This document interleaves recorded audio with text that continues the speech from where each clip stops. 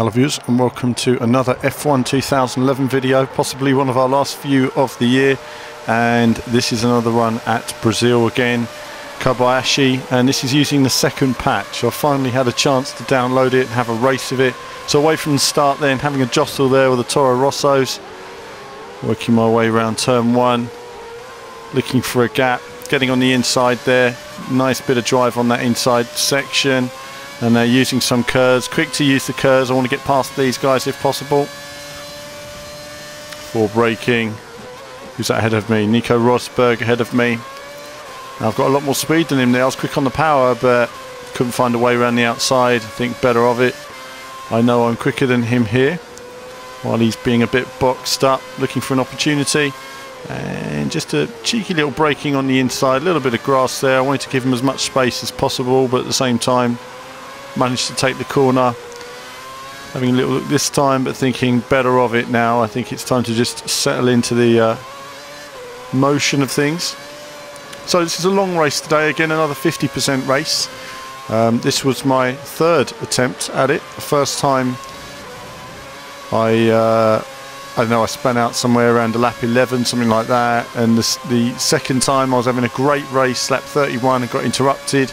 Changing the fuel mix there to rich, so I want to put in some laps. I feel I can get a bit more track position at the moment. I think the tyres are working well, and I'm thinking while everyone's close and boxed up, there's a real opportunity for me to cut through the field. So this time I want to use some fuel here, and I can see Michael Schumacher is for the taking. Didn't get enough slipstream there, so getting back in the slipstream. A bit later on braking than I would like, and just about able to make it round there. Michael Schumacher looking for a way on the outside. Getting knocked out of the way.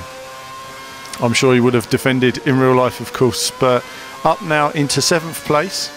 Good start then so far, and trying to keep the pressure on the cars ahead of me. If I can keep with this train, I know that the opportunity is going to be there to attack at least one or two of them in the coming laps.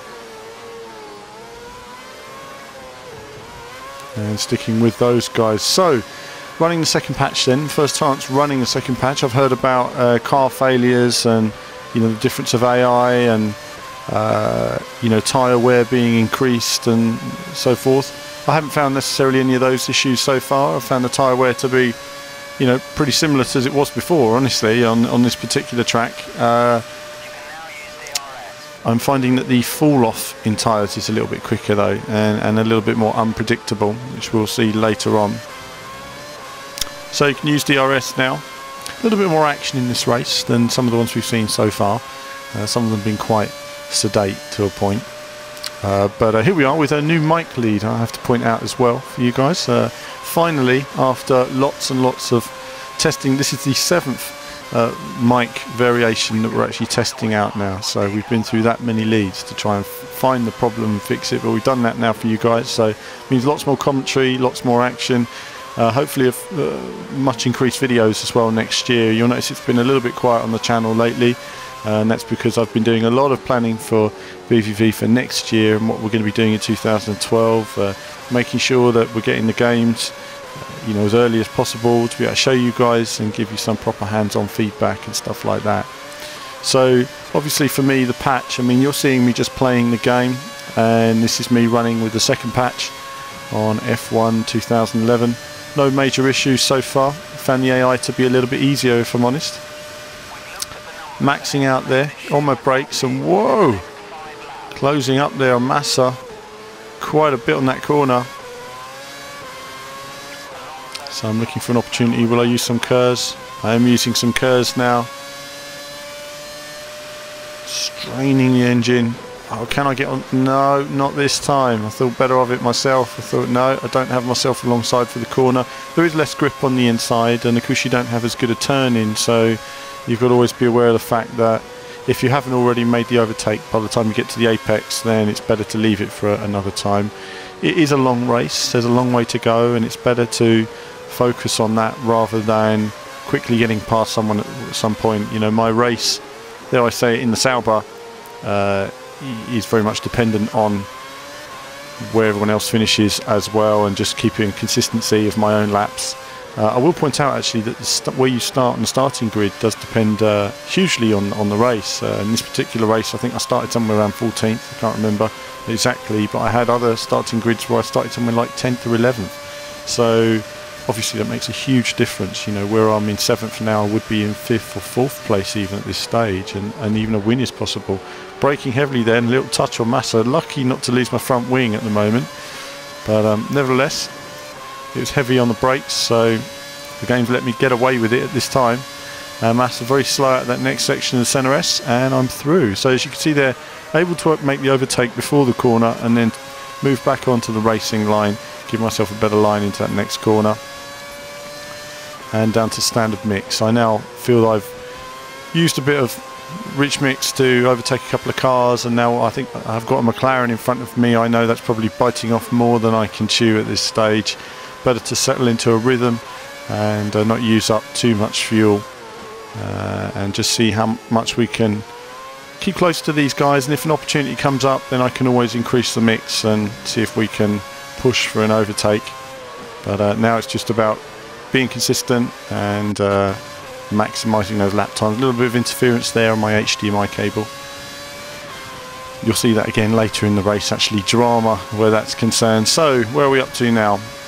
Up to 6th place, I believe. There we go, 6th place on lap 6. Long way to go on this Brazilian Grand Prix. Of course, the Brazilian Grand Prix this year, I didn't do a blog for it. I did the Badger GP Badger Bash blog, which was great. That was meeting all the guys from Badger GP and lots of F1 fans and talking to them about the race. And of course there was the action of Jensen overtaking Alonso and Alonso overtaking Jensen, and the race itself wasn't that exciting. We had the gearbox problem which put Lewis Hamilton out of the race, and we had the gearbox problem for Sebastian Vettel, which enabled him to set fastest lap times.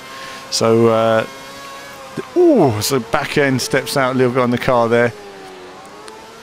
That's nobody likes to see that. Not this early in the race. Lap 6, goodness, it's a bogey lap for me actually. Lap 6. We want to get past this patch. So trying to keep some focus. But no, it was good to see Mark Webber win a race. It was a shame that Sebastian Vettel had to hand it over right in front of the finishing line. You know, like you say, in front of the pits and everything else. Really sort of make a meal of it. Really, you know, it was nice for Mark to get a win at last, and he struggled a lot this year on the Pirelli tyres, but you know, in talking to journalists, he's admitted that in 2012 he feels he's going to be a lot stronger. He's understands the 2012 tyre and has a better feel for it, and I would really like to see Mark take it to Sebastian. You know, there's no doubt that Sebastian's been the #1 driver, and with that means he has control over the parts and car development and everything else, and it's just kind of hung Mark Webber out to dry a little bit. And Mark's top bloke, he's very honest and opinionated and direct, and I like those aspects about him, and I think we all know that he's a very quick driver as well. And you know, F1 is about the equipment that you have under you. You know, Vettel may have been a few tenths ahead of Mark, but is he a second ahead of Mark? Or I wouldn't say that. I'd say these drivers are very close. You know, drivers do bring a couple of tenths to the car, maybe half a second, but not much more than that. The rest is just, they're all such good drivers anyway. So the race this year was, you know, it was okay if unspectacular. Some of the teams are focusing on next year's cars and what we're going to be seeing there, and of course the new drivers as well. Talking of the cars, Fernando Alonso very pleased as I take to the pits here for the first time, making sure I'm on the option tyre, not forgetting that anymore, sorting out the right tyre for the right job, and getting myself all sorted out there, and away we go. Out the pits again. And slightly in the wrong gear there as I was leaving, that's it. Now I'm progressively accelerating through this corner. I've not just got my foot down. I like to find the grip in these first couple of corners, and again here braking earlier. I'm aware of this anyway. I coast off here just a little bit wide, but that's okay. I was just getting a feel for it, and I know where I am with it. If I went in there at normal pace, I'd have flown clean off the track. So when you've got a heavy car, especially in these much extended races, you'll notice it a lot more. You need to be very aware of, you know, when you come out the pits, brake a little bit earlier, get on the power a little bit slower, more progressively, and you'll be in good shape. So where were we? Alonso. Yes, the Ferrari are confident that they have a a championship-winning car for 2012. McLaren are also confident that they've sorted out the issues of the car this year. That obviously Jenson Button's having a lot more input in the car now, is finishing as the team's #1 driver. And Red Bull, of course, well, obviously Adrian Newey, they will move forward. But how much further forward can they go with their current car setup, everything else? So I hope it's going to be a closer year next year. I can see McLaren and Ferrari getting closer and being in there for wins. I think the performance of Red Bull has surprised many this year in particular. You know, obviously you have Adrian Newey there. We have McLaren coming out of the pits there. Lewis Hamilton almost making contact, but maybe there was a slight touch there, but we both managed to get away with it. That could have been drama, and it could have been seeing the stewards yet again. I'm sure we will talk to the stewards afterwards as I pass an ailing Michael Schumacher there. Problems with his Mercedes as we work our way around. So 7th place, lap 9:36. Epic races, epic concentration as well when you're driving. Bearing in mind I'd already done somewhere in the region of 50 laps at this point. It takes about 3 hours to record these sometimes if you have a major error or whatever. And even in this race we have a couple of things where I could have stopped and restarted and decided no, I'm going to show you guys the full video. So down the start finish straight again. Good speed. I'm aware the McLaren's behind me, but that's fine. He's not going to do anything on the outside. I've got track position. The centre rest is always a tricky corner. It's tricky getting it in. It's easy to oversteer. That final part of it there's a lack of grip and the back end can step out. We have Mark Webber coming out of his pit stop now. So he'll be struggling for grip, trying to get those tyres up to temperature and finding the grip as well on his new set of tyres. Of course, fuel weight is always dropping as well. And the fuel weight does tear the tyres up in these early laps. So behind Mark Webber, I know I'm quicker than him, but set myself a little bit wide there. Of course, you do lose some downforce following a car in front as well, so it's worth being aware of that. Lots of little details to be aware of. You're always countering for these things. Again, lifting around there a little bit. You know, I find that, touching a bit of grass as well, nearly losing it. Having to come out the power almost entirely. There's a little bit of wheel spin there just to keep the car moving, otherwise it would have spun out entirely. And so now closing on Mark Webber massively, who slides right down on the straight for whatever reason. And he falls back into the clutches of the McLaren behind me. So maybe he has a technical problem there. Either way, an error there for Mark Webber. And now on to lap 11.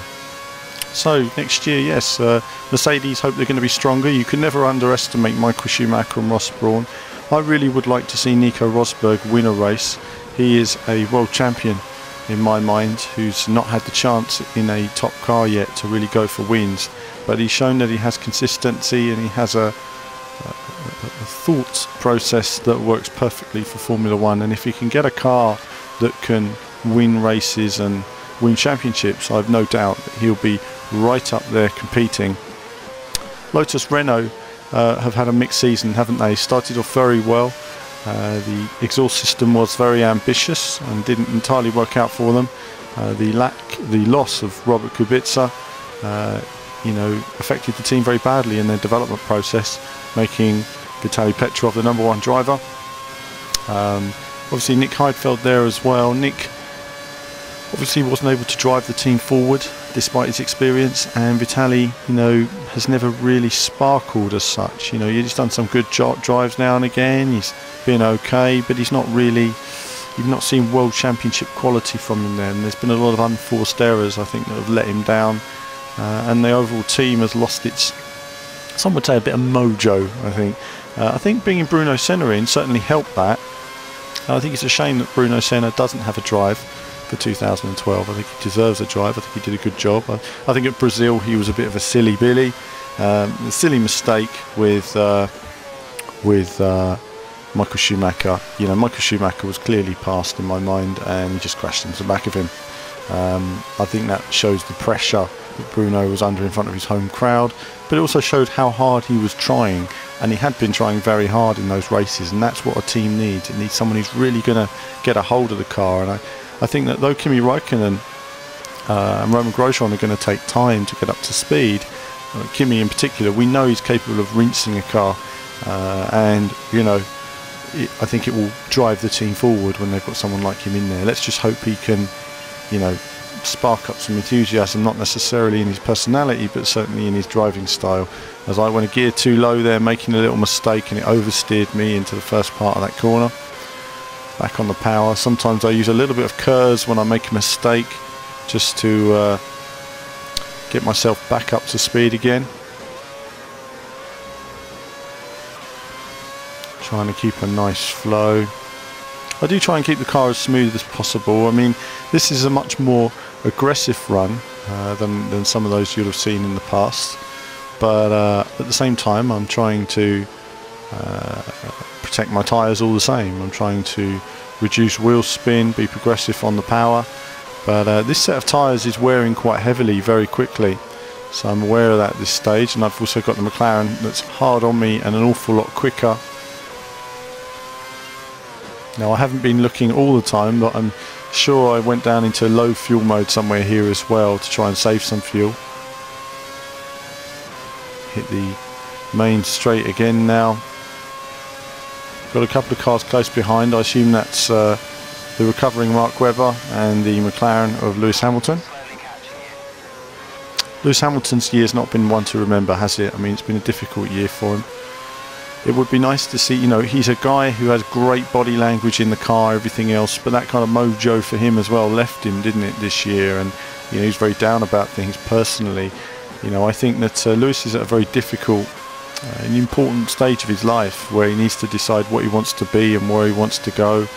I think, you know, there's lots of issues, you know, that he has essentially that are growing up, and he's growing up on TV in front of a wide audience, you know. And I think that people who know Lewis can see those growing pains, and you know, I hope that he can come around and decide really what he wants to do. I mean, if he wants to be a world champion, the commitment he needs. It's alright saying he's already a world champion.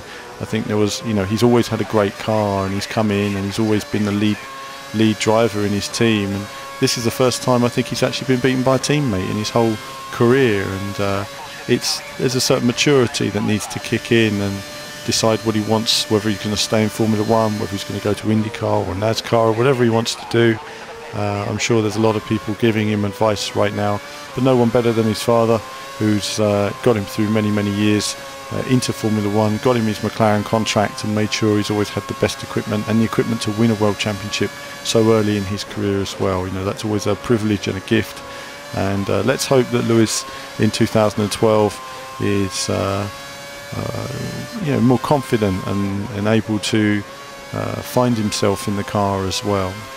I think that's, you know, he's had the personal life troubles, and that's all well known on TV, but I think everybody goes through that, and you're going to be winning, you're going to be losing, you're going to have to take that on the chin and get on with it, and that's all part of growing up. And I hope that he gets all that together, that he gets the new management team sorted out and everything else, because we do want to see Lewis up there. As I'm coming up behind some back runners now, quite a serious bunch of very slow back runners on a critical part of the circuit, so past the Lotus.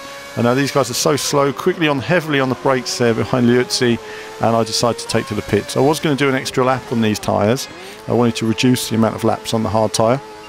However, with all that traffic in front of me, I just thought, no, I can't do that. I can't do that. I'm going to go in the pits and avoid all that nonsense. So, in the pits again. Good chance for a glass of water. And out we go. On to the next section of the race, lap 16 of 36. And we are doing well at this stage. I'm quite pleased. Up into 4th place in the Sauber. Trying to keep the pressure on. I'm hoping to, rather than reduce my fuel at the moment, still on standard fuel, I would imagine, and haven't seen all the fuel changes here. And I'm hoping to maintain this position ahead of the McLarens and Mark Webber as well. So working hard to get my tyres up to temperature and find the grip again in the car. One thing that is always key about, you know, putting your hard tyres on as late as possible is the car is then very light. So even though your lap time, the tyres offer less grip because of the car's much lighter, it's handling slightly better. So coming up the hill then, using my KERS, I always use my KERS up the hill and then have to back out of it. Where do I go? Rubens one side, Liuzzi the other, and whoa, that's quite a risky moment for me. Coming behind these guys now. Whoa!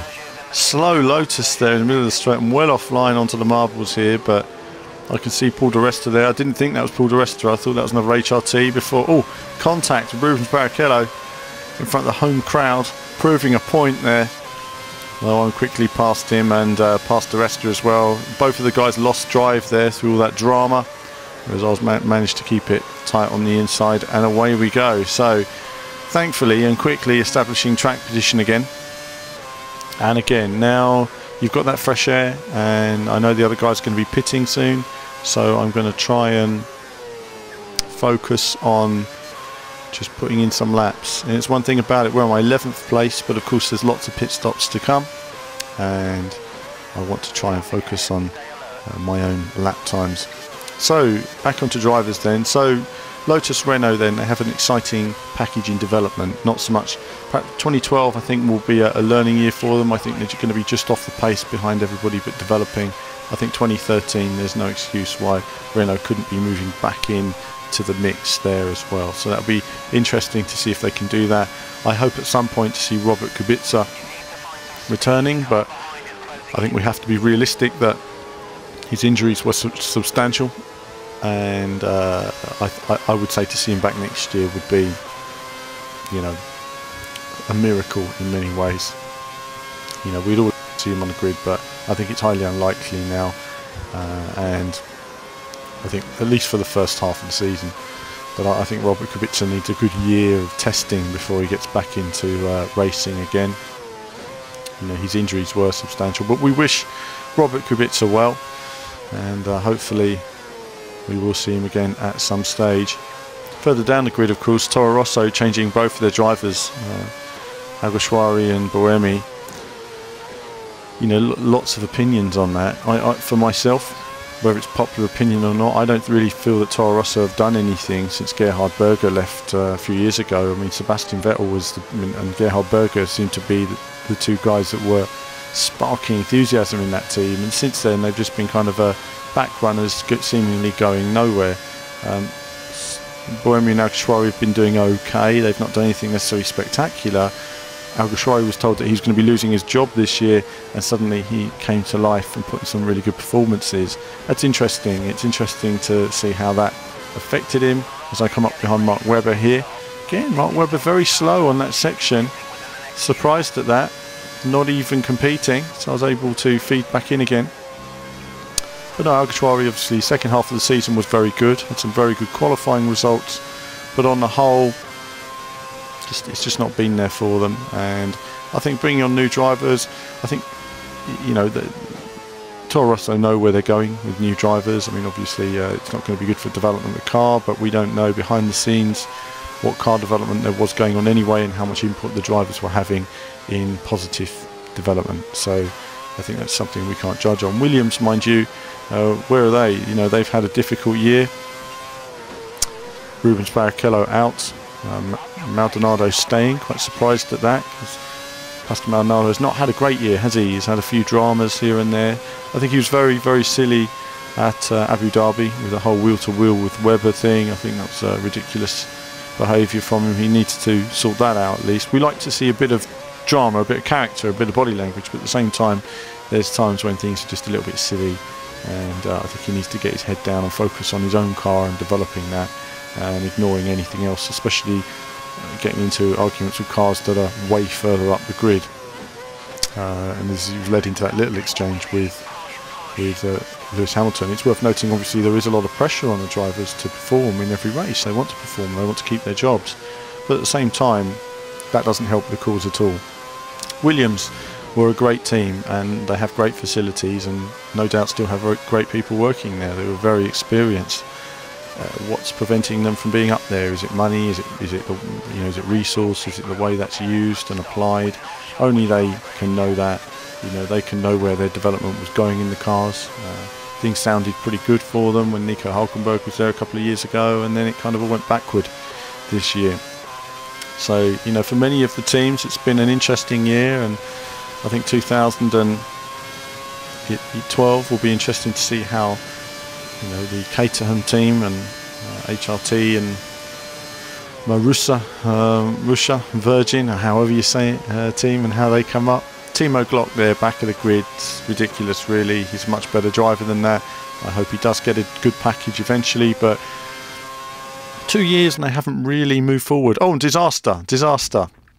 What's happened? The screen's gone black. I had to immediately hit pause and stamp on the brake. So I'm thinking, right, unpause, that didn't work. Unpause, so I'm very slow on the brakes and lost a lot of time there. So that was a bit of a disaster for me, but continuing now. So I probably lost a good couple of seconds in that drama. And now motoring on. Where are we now? 6th place? Something like that. Oh, 4th place. So we're still in 4th place at the moment. Though you can see 1st, 2nd and 3rd are a good few seconds up the road. No chance of me catching Vettel or Alonso or Button at this stage. They're all very quick, but if I just focus on my own car and my own strategy, then I'll be okay. And just putting in some good laps. So lap 22 now of this epic race. These are epic races, and they are continuing on, but it's good fun, isn't it? And it gives me a chance to talk about bloggy stuff as well. Talking of which, actually, viewers, there was the F1 Online game which was announced by Codemasters this week, and what do you think? I think it looks amazing at the moment. Visuals are quite surprisingly good, in fact, so there's lots of potential there for that. I think it'll bring in a whole new audience to F1. Haven't played it, don't know a great deal about it other than what all of you guys will know as well. Suffice to say, it has lots of potential. Let's wait and see. I look forward to getting hold of some video clips to show you guys, which I don't at the moment. The current clips we're not permitted to show, but as soon as we are, I'll let you guys know about that, and it could be something to look forward to next year as well as they develop on that. Dirt Showdown is something we'll be covering as well from Codemasters in the new year. Hopefully a hands-on at some point, late January, early February, who knows. But we should be able to bring you some early coverage on that. Again, I think it'll be good fun. Don't expect a rally game. It's not a rally game. It's a fun, muck-about, bash-em-up game. Has lots of potential for good fun. And then we look forward to the future instalments of F1 and what changes the new season is going to bring to next year's game. So, as well as the photo agreement as well. We're waiting for the new Concord agreement to be sorted out. Talking of photo, actually, of course, Red Bull and Ferrari have left FOTA now due to the resource restriction agreement. What does that mean? I have no idea at the moment. It means controlling how the finances are spent, and obviously different teams have different levels of income, and we all know that F1's income isn't divided that well, in all honesty. I think the worst example of it was, well, probably about 7 years ago now, something like that, when Justin Wilson was driving for Minardi. Paul Stoddart was struggling for cash, and Justin Wilson was an F1 driver in an F1 car, while at one end of the grid having to do a day job, which was as a car racing training teacher, while Michael Schumacher was earning 25 million supposedly a year. It just shows the disparity between one end of the grid, where they're bringing in 300, 400, 500 million pounds a year, and the other end of the grid where they're bringing in 20, 25, 30 million at the time. So it just wasn't working out. And of course, the teams that bring in 500 million can produce better cars and can do more testing and everything else. So the resource restriction agreement was to balance everybody to somewhere in the region of 45 million a year, which they then had to stretch out. And of course that's worked with engines. We don't have qualifying engines, and we don't have endless testing now. But at the same time, there's clearly some disagreement in the teams there, and I hope they can sort that out between them. F1 relies a lot at the moment on Bernie Ecclestone, doesn't it? You know, Bernie's comes up with some great ideas. He also comes up with some terrible ideas as well. I think the medals, the Olympic style medals he was talking about was, you know, one of the worst things I've ever heard in my life. I mean, I hope Bernie doesn't do that. One good idea I did have, whoa, as I make a mistake. Now what happened there was I was aware for the few corners before that my tyres had run out of grip, and I just thought, whoa, I need a new set of tyres. So my tyres had actually worn out, and I didn't really feel that the tyres necessarily, the indicator was relevant to me. You know, sometimes the indicator looks like it's worn and your tyres still have grip, and on this particular occasion I thought, right, that's it, the tyres are gone, I need to go straight into pits. Now I'd done 2 laps longer on those options than I had on the other options, but it's just interesting to see how these felt and compared. One thing I should point out about the patch really is the responsiveness now of the on-screen wheel. The lag has been reduced enormously from the earlier builds that we saw, and I hope we see this in future racing games from Codemasters as well, especially future F1 titles. You can see it's much more responsive with my hands, and it means that some of the future videos you can be watching are going to be done from the in-cockpit view as well. So that's going to take a little bit of time getting used to again. Obviously each view you need to do a whole bunch of laps before really getting into the flow and everything else. New tyres of course here, so again mindful of those tyres, finding the grip with them. They are a lot slower, but at the same time the car is a lot lighter. So from 4th place, I've lost my 4th place now, but luckily my consistent laps to that point had given me a reasonable lead, and this is good for me now. It means I can get to a nice flow. I have been alternating my fuel, but I've been missing the fuel alternation along the way, because when I alternate it's a very quick thing, and I'm just right I think down to mix 1 and saving fuel, and sometimes I go up to standard fuel and everything else depending on where I am and where I'm in relation to pit stops and stuff like that. So lap 26 of 36, it's a long race, but it's good fun. It gives you guys an opportunity to see these nice long races being run. For some of you who are good at F1, I'm sure you probably do it all the time, and some of you who's not, it just gives you a good idea of how the game is meant to be played in so many ways. People ask me, do I enjoy F1 2011? I do enjoy it. I think you know, these games could have been awful, and I think Codemasters have done a good job with them and really got a nice F1 atmosphere in them. You know, there's so much more they could do, yes, but at the same time, and when I say so much more, I'm talking in just terms of atmosphere. But then we don't really know what the license entails, and does it entail, you know, drivers and driver interviews or anything like that. I mean, we just don't know the ins and outs of it. So I'm sure it's something in the future that they'll be connecting a lot more of F1 online if they retain the license. I hope they do.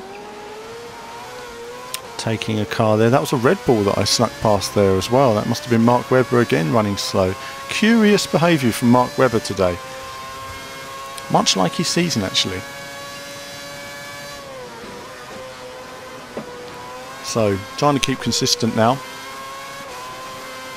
Often when I'm doing this as well, I've got other things on my mind, so I'm miles away thinking about stuff, and I think, oh, I'm driving the car, and it shows really how much concentration these guys really need. And when you think they're putting up with incredible G-forces, it really is an amazing thing to behold these guys and what they manage to do. I would love to meet some of these drivers at some point. Of course, talking of which, actually, talking of coverage now, 2012 coverage will be split in the UK between BBC and Sky TV. How do you guys feel about that? I think it's in many ways it's a shame it's not on BBC anymore. I think BBC have done a great job in their recent coverage. I mean, let's not muck about. Old BBC coverage, when it was James Hunt and Murray Walker, was it was just those two in the commentary box. There was no build-up. There was not a lot else to it. Tony Jardine in the pits. and very basic on the whole. There was no practice sessions or anything like that. It's moved forward a long way. You know, ITV drove it forward, and BBC taking it forward even more, and Sky have massive potential to do even better. You know, David Croft and Anthony Davidson going to Sky as well. Ted Kravitz is, and there's quite a large chunk of the BBC team going to Sky, but the BBC still have obviously Jake and DC and Eddie Jordan in the pits having their regular chat, and I'm sure they will continue to do a good job throughout the year, you know, with their new commentary team as well, and I look forward to that. So what to watch, I think, is going to be the key one. I hope possibly to interview some of the Sky broadcast team, maybe even Martin Brundle in January. We just have to wait and see on that one if I can. It'd be good to have a chat with those guys and talk about what they have in store and what to look forward to. I should apply for fan commentary. That would be one awesome thing to do, fan commentary for a Formula 1 race. Wow, that would be action. So here we are then, lap 29 of 36. It's been a bit more exciting to an extent than the real race. I always do find myself on my own, don't I? I seem to get ahead of people. The cars have all split up quite a lot. I do have a bunch not too far behind, but some of those are bound to be back runners. But my pace has been okay. It's just that I've got as high as I can within my section of cars, and then the rest are too far down the track. So my lap times today have been pretty good, and I've been alternating my fuel to manage that to a point. No problem with the fuel indicator down there. I always keep a close eye on that now to see how it's performing. This is the corner I struggle on, this final corner. Get a lot of understeer, and I can't find the car spins out very easily there. Using all my curves down this start-finish straight.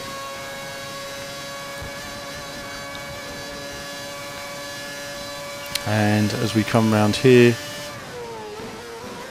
on to lap 30. So just 6 laps to go of this epic Brazilian Grand Prix.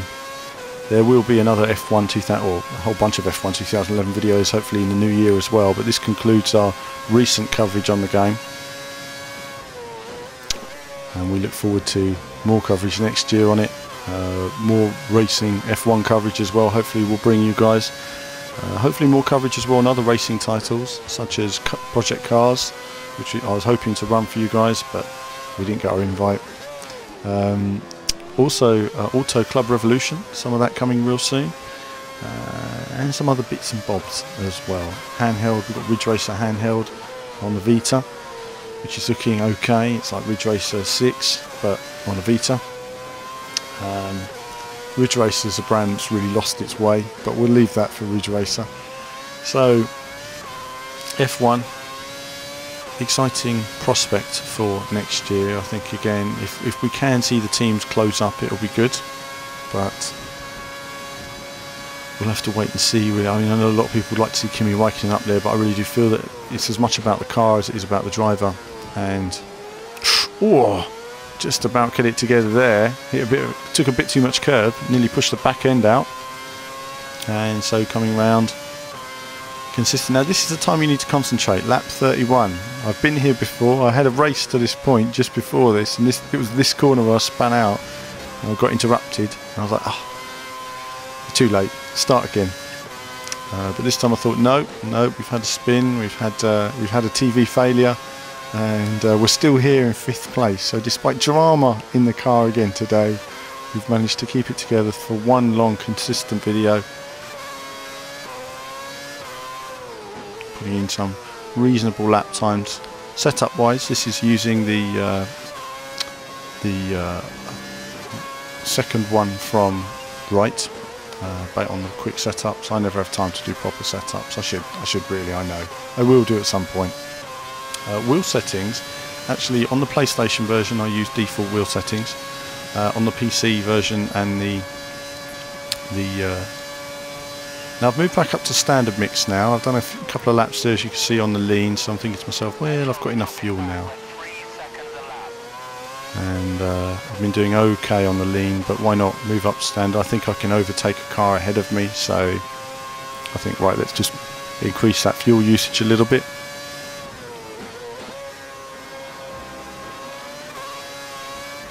as we move around these final few laps.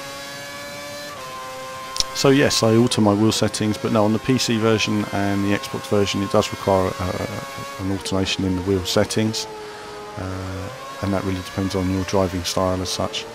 I find that the car over and understeers quite a bit, so it does need quite a bit of tinkering to find a balance. But oh, there's a little touch on Jarno Trulli there. I didn't know if he was going inside or outside or what he was doing.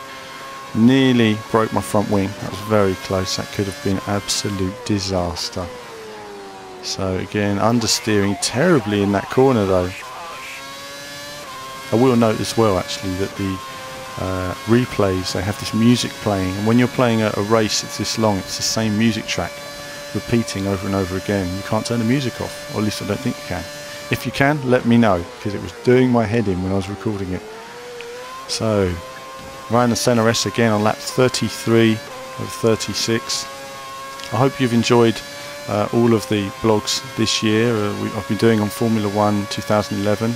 Let Codemasters know. I'd like to thank many of you for your comments and support. I'd also like to thank those of you that voted for me in the recent Silverstone Media Awards. We're not going to be winning anything, but it's nice to know that some people out there have appreciated some of the work I've done, and that's nice, and hopefully next year we can get a few more votes in from you guys as well.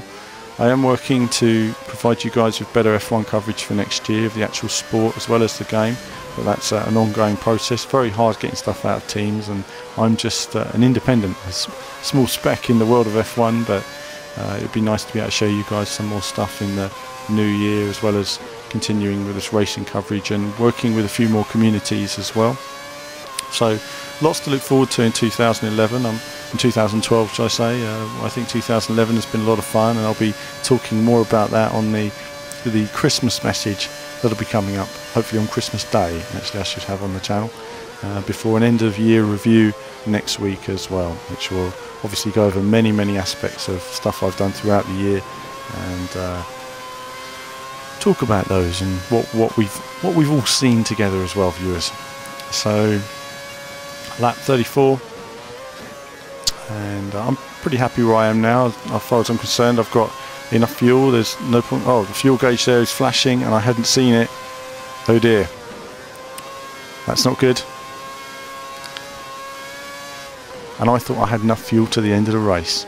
Either way then, so we've only got 2 laps to go. Let's just hang in there.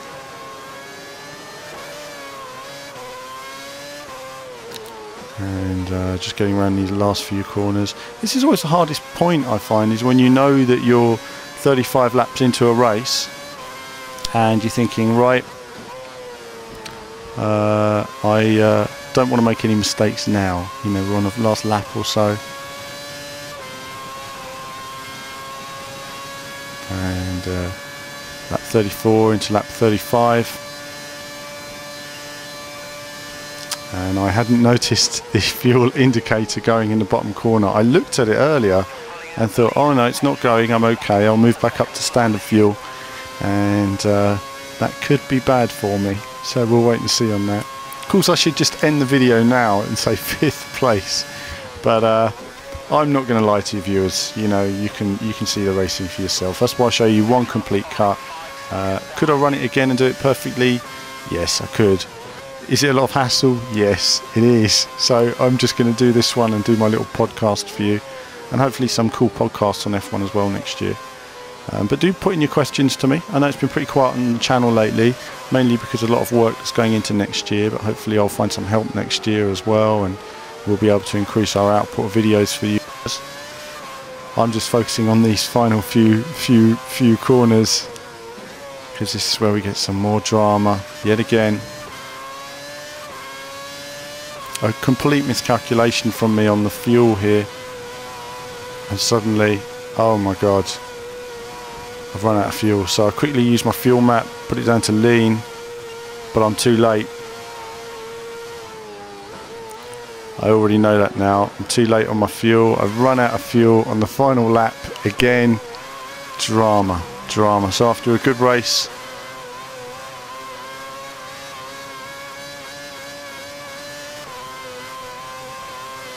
and now the other guys are catching up with me. If only there was one more lap fuel, I would have been okay. What can you say? I just didn't spot the fuel indicator that time. Didn't spot it flashing there. Keeping it tight to the inside. I'm thinking, come on car, make it round.